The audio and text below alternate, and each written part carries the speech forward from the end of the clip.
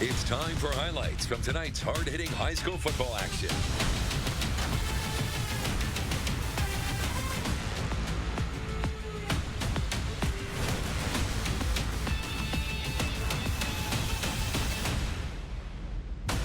Sports Extra starts now. Sponsored by New West Sports Medicine and Orthopedic Surgery.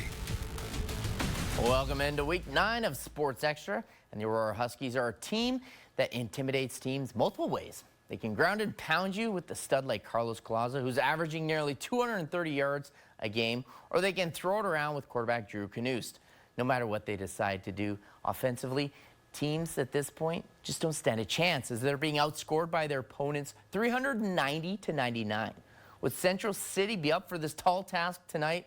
Aurora playing without the aforementioned Carlos Collazo due to a hammy injury, but the Huskies were unfazed as Drew Knust under center. He sprints in for his 3rd touchdown of the game to go up 21-14. Aurora doesn't stop there.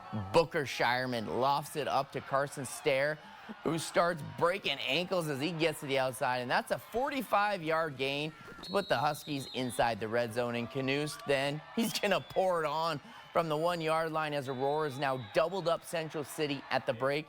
Again, they're without Collazo. The Bison looking to change their tune, though, second half. And defensively, it starts with Jacob Kucera throwing to Knust to the ground for the big sack. But the Huskies always finding a way. Maddox Eggers gets the handoff this time for the first of 2 rushing touchdowns on the night as Aurora finishes the regular season undefeated with a huge win, 49-21. And NTV's Nicole Weaving was there live, and she's joined by the head coach. Nicole, take it away. Thanks, Darren. Coach, this win tonight, finishing off a regular season undefeated. Just how does that meet your goals and expectations that you'd set for this team coming into the year? You know, obviously our team had really high expectations coming into the year. We had a lot to play for tonight. We had a district championship to play for tonight, an undefeated season to play for tonight. And, you know, our kids responded really well to all of those challenges that they faced. Carlos Collazo, of course, out tonight. What is an update on him as to when we'll see him next on the field? You know, he's kind of day-to-day. He probably would have been available tonight if it would have been maybe a playoff game. We'll kind of see what the next week brings to him and his recovery process. But we'll see Carlos again on the field this year, I know that.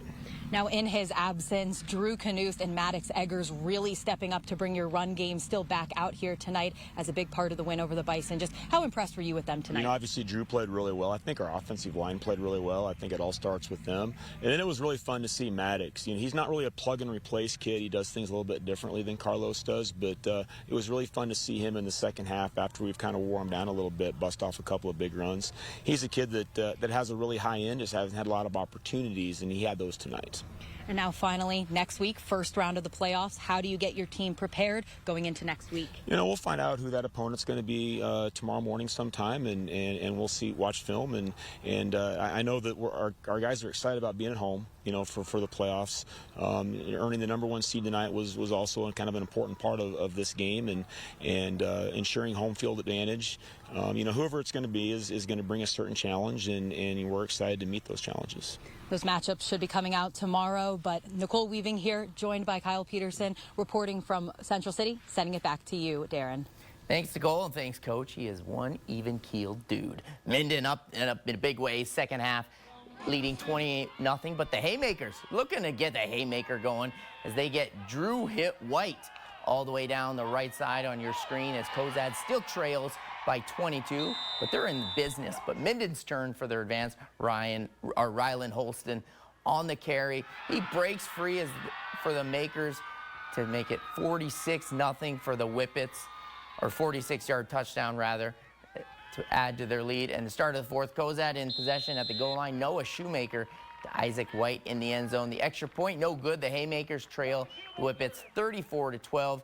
Minden goes on to win big, 34-18.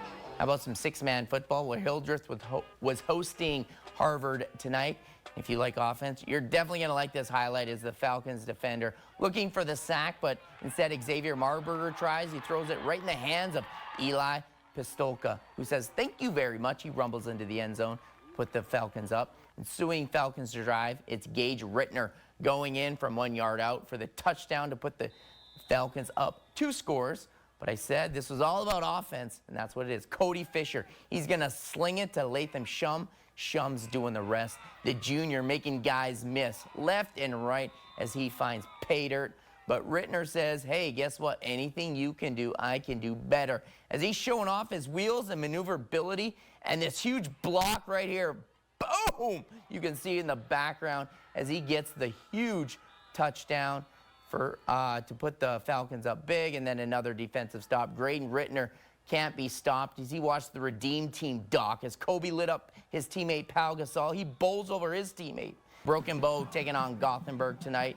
The Swedes with the ball early on, and Wes Geiken with the pass intended for Cooper Cone. But look at this. Look at those hops.